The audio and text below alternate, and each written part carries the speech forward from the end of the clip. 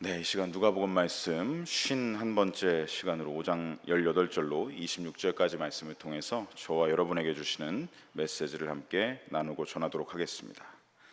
자, 먼저 지난 시간에는 앞에 17절 말씀을 함께 보았습니다. 누가복음에서 처음으로 바리새인이 등장하고 있었던 구절이었죠. 그들은 유대 지역과 예루살렘에서 활동하던 이 사람들이었는데 주로 이제 그곳에서 활동하던 사람들이었는데 갈릴리 가버나움까지 지금 와서 말씀을 가르치시는 예수님의 사역 현장까지 찾아왔던 것입니다. 이들이 찾아왔던 이유는 말씀을 사모해서가 아니었죠. 그 무리들 사이에 앉아서 예수님의 가르침을 들었던 이유는 예수님을 찾아왔던 마음은 고운 마음이 아니라 도대체 누가 우리의 가르치는 권위에 도전이 된다는 말인가? 도대체 이 갈릴리에서 누가 하나님의 말씀을 그렇게 역동적으로 가르치고 있는가? 이것을 조사하기 위해서 찾아왔던 것입니다. 이 상황을 직접 눈으로 보고 듣고 파악하려는 마음, 누가 감히 우리들의 권위를 빼앗아 가는 것인지를 경계하는 마음이었던 것이죠. 그리고 그것을 넘어서서 예수님의 말 속에서 무언가 꼬투리를 잡기 위해서 예수님의 권위와 주목을 지금 한눈에 받고 있는 그 주목을 끌어내릴 명분을 찾기 위해서 대적하는 마음으로 지금 예수님 앞에 나타났던 것입니다. 예수님을 끌어내리고 찍어 누르고 죽이려 하는 그들의 완악한 마음이 보이는 장면이었죠. 하지만 여러분, 바리새인의 마음은 그러했지만 예수님의 마음은 어떠셨습니까?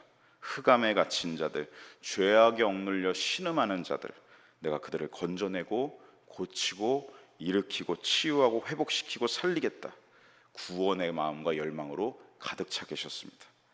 그래서 우리의 마음 안에도, 예수님을 따라가고 살아가는 우리의 마음 안에도 항상 이 두 마음이, 바리새인의 마음과 예수님의 마음이 우리 안에서 충돌하고 있다는 메시지를 한번 우리 함께 나눠봤죠. 죄와 사망의 법에 사로잡힌 바리새인이 내 안에 있고 생명의 성령의 법에 사로잡힌 그리스도인이 내 안에 살고 있습니다. 그래서 우리 안에서 지속적으로 이 두 마음이 충돌을 하고 있습니다. 그렇기 때문에 저와 여러분은 어떻게 살아가야 하는가? 자꾸만 내 마음에 눌러 앉으려고 하는 바리새인, 이미 죽었음을, 십자가에 못 박혀 죽었음을 우리가 믿음으로 다시 고백하고 우리 마음 안에서 내쫓아 버려야 합니다. 나를 지배하려는 죄와 사망의 법을 우리는 늘 깨어 기도하며 경계해야 하고 말씀과 기도로 깨어서 이를 대적해야 한다는 것이죠. 성령께서 우리를 날마다 생명의 성령의 법으로 사로잡아 주시기를 저와 여러분은 기도하고 간구해야 합니다. 그래서 언제나 승리는, 이 두 마음이 충돌할 때 승리는 누가 되어야 됩니까? 그리스도인의 마음, 예수님의 마음이 우리 안에서 승리할 줄로 믿습니다. 그래야 우리가 영혼들을 시기하고 질투하는 게 아니라 그들을 건져내려고 하고 그들을 일으키려고 하고 회복시켜 살리는 영혼 구원과 제자 삼는 그 삶으로 나아가게 된다는 것이죠. 이어지는 오늘 본문에서도 보시면 한 사람의 등장과 함께 이 죽이려는 욕망의 마음과 살리고자 하는 구원의 마음, 예수님과 바리새인의 충돌이 더 심화되고 있는 장면을 보게 됩니다. 두 마음이 여러분 충돌할 수밖에 없는 이유는요, 죽이려는 마음은 사탄으로부터 온 마음이죠. 하지만 살리려는 마음은 하늘로부터, 하나님으로부터 온 마음이기 때문에 계속해서 이 땅의 마음과 하늘의 마음이 충돌할 수밖에 없는 것입니다. 성도 여러분, 시기, 질투, 미움과 분열은요, 사탄에게 속한 마음입니다. 그러나 사랑과 오래 참음과 긍휼과 하나됨은요, 하나님께로부터 온 마음과 속성입니다. 신앙생활을 하는 가운데, 또 교회 안에서 우리가 교우들과 함께 교제하고 같이 신앙생활을 하는 가운데 우리는요, 내 마음을 항상 살펴야 합니다. 내 마음에 사탄으로부터 비롯된 시기의 마음과 질투의 마음과 미움과 분열의 마음이 있는 것은 아닌지 늘 깨어서 우리는 점검을 해야 하고, 나는 하나님께 속한 자로 하나님 나에게 사랑의 마음을 부어주시고 긍휼의 마음을 부어주시고 오래 참을 수 있는 마음을, 예수님의 그 마음을 부어주시옵소서라고 기도해야 합니다. 그래서 나는 어디에 속한 마음으로 살아가고 있는가, 일상을 살아갈 때나 교회 안에서 살아갈 때나 우리가 이 모든 마음을 점검하고 하나님 앞에 기도로 나아가야 한다는 것이죠. 그래서 하나님께서 받으실 만한 마음이 되어야 하고 하나님께서 받으실 만한 삶이 되어야 합니다. 우리의 몸과 마음을 거룩한 산 제물로 올려드리는 삶의 예배자, 바로 저와 여러분이 되시기를 간절히 소망합니다. 자, 오늘 이제 본문으로 들어가면서 예수님 앞에 등장한 한 사람, 이 중풍병자를 한번 살펴보겠습니다. 우리 18절, 19절 두 절의 말씀 함께 화면을 통해 읽어보겠습니다. 한 중풍병자를 사람들이 침상에 메고 와서 무리 때문에 메고 들어갈 길을 얻지 못한지라 지붕에 올라가 기와를 벗기고 병자를 침상째 무리 가운데로 예수님 앞에 달아내리니. 자, 예수님 앞에 등장한 한 중풍병자, 우리는 그의 증세가 중풍병 초기 증상이 아니라 매우 위중하고 심각한 상태였다는 것을 가늠할 수가 있습니다. 왜냐하면 혼자서 온 것이 아니라 지금 침상째로 예수님 앞에 나타났다. 그의 주변 친구들이 얼마나 이 사람이 움직일 수가 없었으면 침상째로 들고 예수님께 메어 함께 와주었다는 것을 보면 얼마나 이 사람이 위중한 중풍병자였는지를 알 수가 있는 것이죠. 그러나 예수님에 대한 소문을 듣고 그들이 찾아왔을 땐 이미 많은 무리들이 예수님을 둘러싸고 있었습니다. 그래서 예수님 앞에 갈 수가 없는 그런 상황이었던 것이죠. 그러자 그 친구들이 선택한 방법은 예수님이 머물고 계신 집에 지붕 위로 올라가는 방법이었습니다. 그들은 포기하지 않았습니다. 그리고 그 집 밖에 설치된 계단을 올라가서 중풍병자가 누워있는 이 침상을 안전하게 지붕 위로 운반했습니다. 그리고 지붕의 기와를 벗겨내었다라고 되어 있는데, 이 번역은요, 우리나라 이 조선의 옛날 전통가옥 구조 배경 아래서 번역된 말입니다. 유대인들의 전통가옥에는 기와가 없습니다. 이제 우리나라 이방인들에게 이 말씀이 좀 더 이해하기 쉽기 위해서 이렇게 번역이 된 거죠. 유대인들의 가옥엔 기와가 없었습니다. 당시 유대인들의 전통 가옥 형태는 집 바깥에는 항상 지붕에 올라가는 계단을 만들어 놨습니다. 그래서 지붕을 평평하게 만들어 놓고 계단을 통해서 거기를 왔다 갔다 할 수 있게 만들었던 것이죠. 지붕을 평평하게 만들었던 이유는 지붕 공간을 사용하기 위해서 개인 한 사람씩 올라가서 거기 올라가서 조용하게 율법을 외운다거나 율법을 묵상한다거나 하나님께 기도하는 곳으로 사용하기 위해서 옥상을 이 평평하고 넓은 형태로 지붕 위를 그렇게 만들었다는 것이죠. 또한 우리말 이 기와라고 번역된 헬라어 케라모스는 진흙으로 만든 점토나 토기를 의미했습니다. 즉 유대인들의 가옥의 지붕은 무엇이 재료였는가? 나뭇가지와 지푸라기 이런 것들을 엮어서 그런 걸 기본 구조물로 만들었고 거기에 진흙을 덧발라서 만든 그런 지붕이었던 것이죠. 그 당시에는 여러분 철근이나 콘크리트가 있었겠습니까? 이런 걸로 만들 수밖에 없었던 것이죠. 그러니 지붕이 튼튼하지 않았기 때문에 지금 이들이 지붕 위에 올라가서 기와를 벗겨냈다는 게 아니라 지붕을 일부 뜯어냈다는 말이 맞을 것입니다. 지붕이 워낙 이제 흙, 진흙이나 지푸라기로 돼 있었기 때문에 뜯어내기가 어렵진 않았을 것이죠. 그것을 뜯어내어서 침상을 우리 직접 예수님께 내려보자라는 아이디어를 내게 된 것이죠. 그리고 이 아이디어를 실행해서 중풍병자가 누워진 침상을 줄로 달아서 예수님께 직접 내리게 되었고, 예수님은 그들의 이러한 행동을 보시고는 이렇게 말씀하셨습니다. 우리 20절 말씀 함께 읽어보겠습니다. 예수님께서 그들의 믿음을 보시고 이르시되, 아멘. 자, 예수님은 이 사람들의 간절한 마음과 믿음의 행동을 보셨습니다. 예수님이시라면 내 친구를 낫게 하실 거야. 내 친구, 이 중풍병 중증에 시달리고 있는 내 친구를 깨끗하게 낫게 해주시고 이 병으로부터 해방시켜 주실 거다. 이 믿음을 가지고 이런 행동을 하고 있는 것이죠. 특이하게도 보면 이 친구들은요, 예수님께 직접 말로 요청한 적이 없습니다. 예수님, 내 친구를 좀 낫게 해주십시오 라는 말이 기록되어 있지 않죠. 그리고 이 사건을 공통적으로 기록하고 있는 새 복음서에도 이들이 예수님께 직접 말로 요청했다는 말은 기록되어 있지 않습니다. 행동으로 보여진 것이죠. 예수님께 직접 말하지 않았어도 오로지 그들이 이 지붕을 뜯어내고 예수님께 내리는 이 모습을 통해서 예수님은 그들의 마음을 읽으시고 마음을 공감하신 것입니다. 그들의 마음과 그들의 믿음을 보시고 예수님께서 이 사람을 받아주신 것이죠. 그들의 믿음에는 결코 지붕이 장애물이 될 수가 없었던 것입니다. 그래서 예수님은 그 믿음을 보시고 중풍병자에게 말씀해 주십니다. 이 사람아, 네 죄사함을 받았느니라. 여러분, 예수님은 왜 중풍병아 떠나가라, 너가 일어나 걸어라, 깨끗하게 되어라, 병에서 노임을 받으라, 이런 말씀을 하신 게 아니라 왜 네 죄가 사함을 받았다라고 하셨을까요? 당시의 유대인들은 사람의 몸에 생긴 질병이나 장애, 이런 것들을 하나님 앞에 그 사람이 죄를 지었기 때문에 병마나 장애가 찾아왔다라고 간주했습니다. 그래서 병이 낫기 위해서는 뭘 해야 되느냐? 하나님 앞에 먼저 죄가 없어져야 된다고 생각을 했던 것이죠. 그래서 예수님은 이 병이라는 죄의 결과, 어떻게 보면 열매를 맺은 것이죠. 하나님 앞에 죄를 지었기 때문에 열매가 이 병이라는 결과로 나타난 것이기 때문에 예수님은 지금 무엇을 다루신 것이냐? 죄의 원인, 이 사람이 아프게 된 원인, 뿌리를 지금 다루고 계신 것이죠.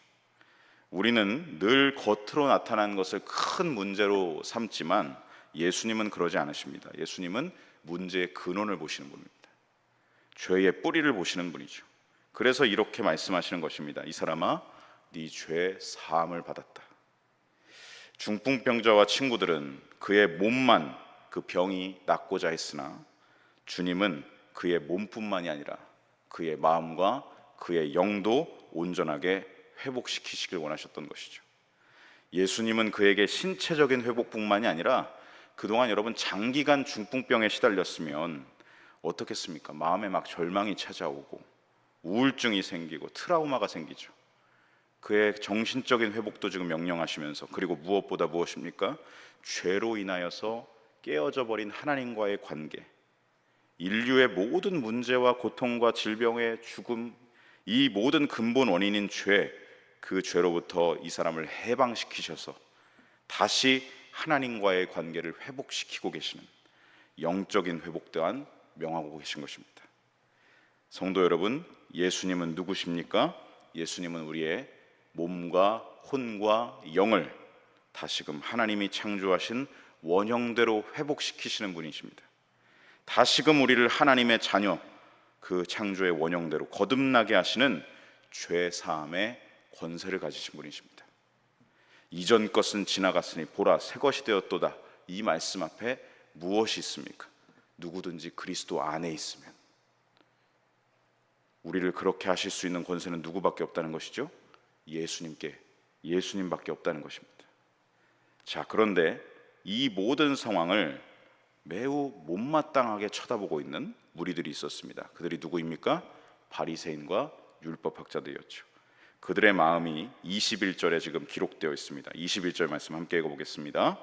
서기관과 바리새인들이 생각하여 이르되 오직 하나님 외에 누가 능히 죄를 사하겠느냐. 아니 뭐 죄사함? 뭐야 도대체 이 신성 모독하는 자는. 죄사함은 하나님만 하실 수 있는 거다. 지금 저자가 자기가 하나님이라도 된다는 말인가? 라고 지금 그 마음에 악한 마음을 품게 됐던 것이죠.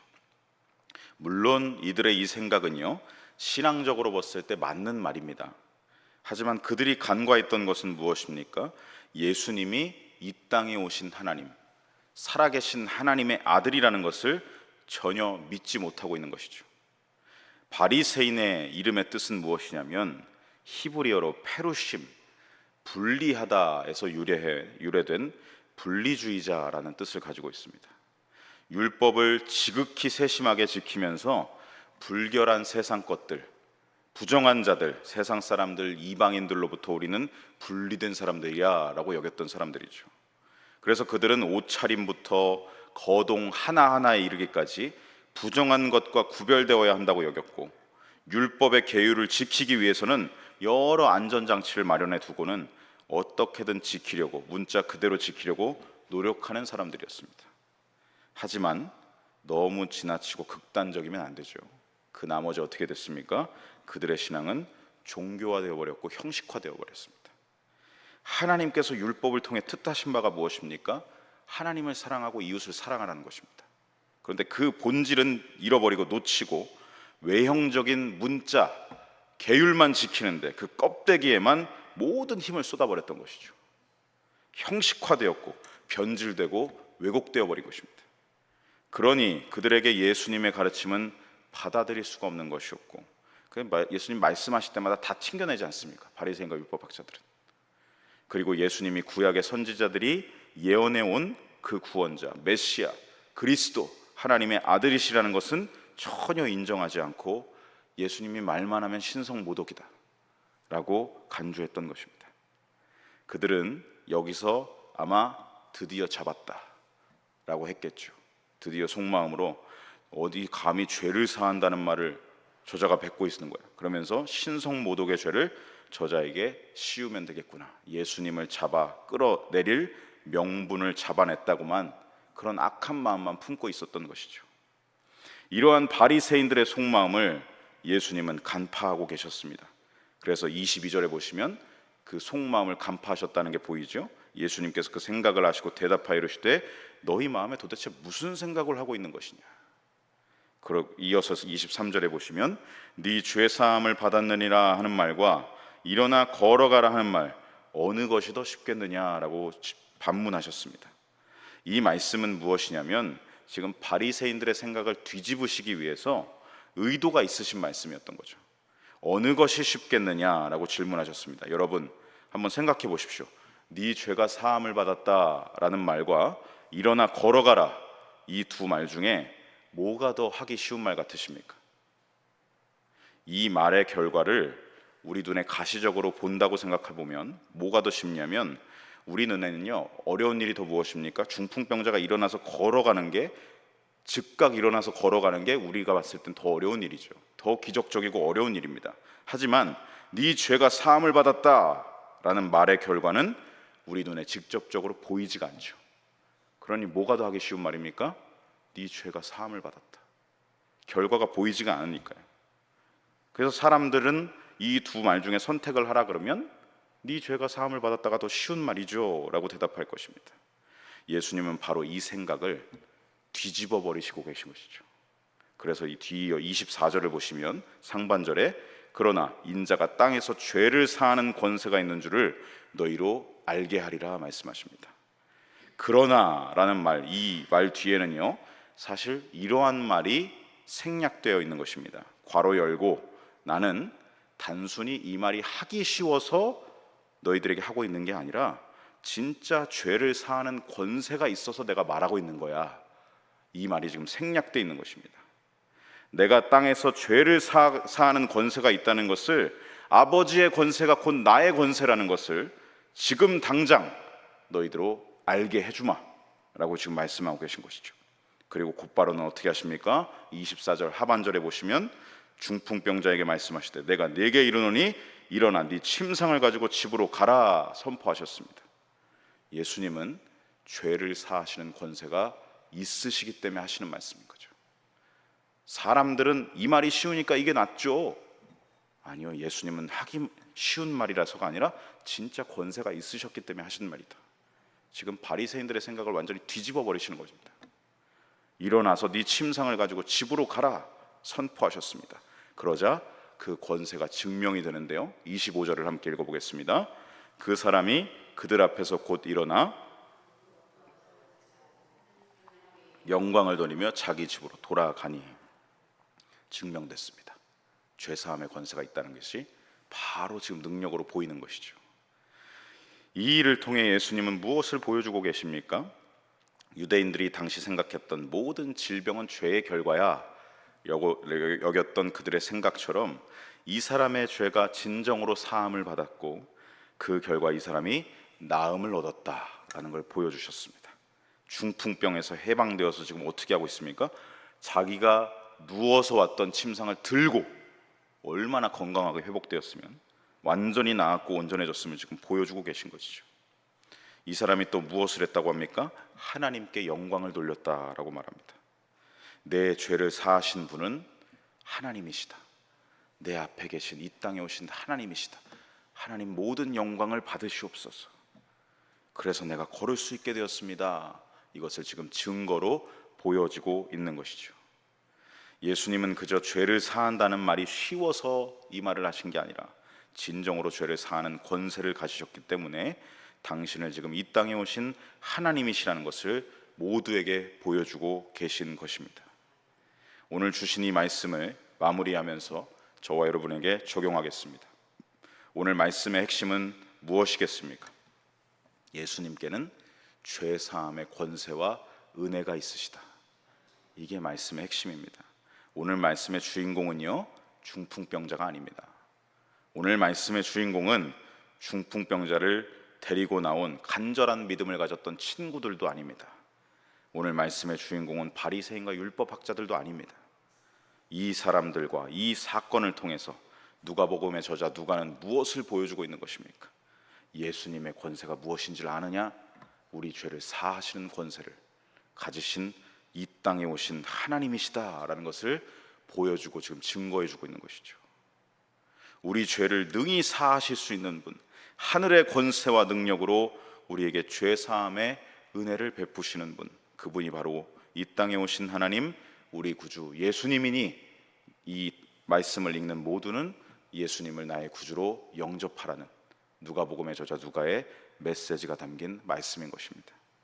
사랑하는 성도 여러분, 이 땅의 모든 사람들에게 필요한 단 하나의 메시지를 꼽으라면 저는 바로 이것이라고 생각합니다. 모든 인생들의 죄를 사하실 수 있는 분, 우리는 예수님께 돌아가야 한다. 우리에겐 예수님이 너무나 필요하다. 이 메시지입니다. 우리 죄를 사하시는 이 은혜의 복음, 이 엄청난 은혜를 받은 저와 여러분은 이제 예수님의 위대함을 선포하고 찬양하면서 복음의 기쁨을 삶 속에서 누리며 나의 삶을 통해 복음을 세상에 드러내고 전해야 하는 것이죠. 이 중풍병자가 예수님께 죄사함을 받자마자 곧바로 무엇을 했습니까? 하나님께 영광을 올려드렸습니다. 우리도 그렇게 살아가야 합니다. 오늘 하루도 예수님을 마음 중심에 모시고 주님의 죄사함의 은혜와 권세를 누리며 죄로부터 자유한 자로 살아가면서 하나님께 영광이요 사람들에게 그 영광을 드러내고 보여주는 삶을 살아가는 저와 여러분이 되시기를 간절히 소망하고 축복합니다. 아멘.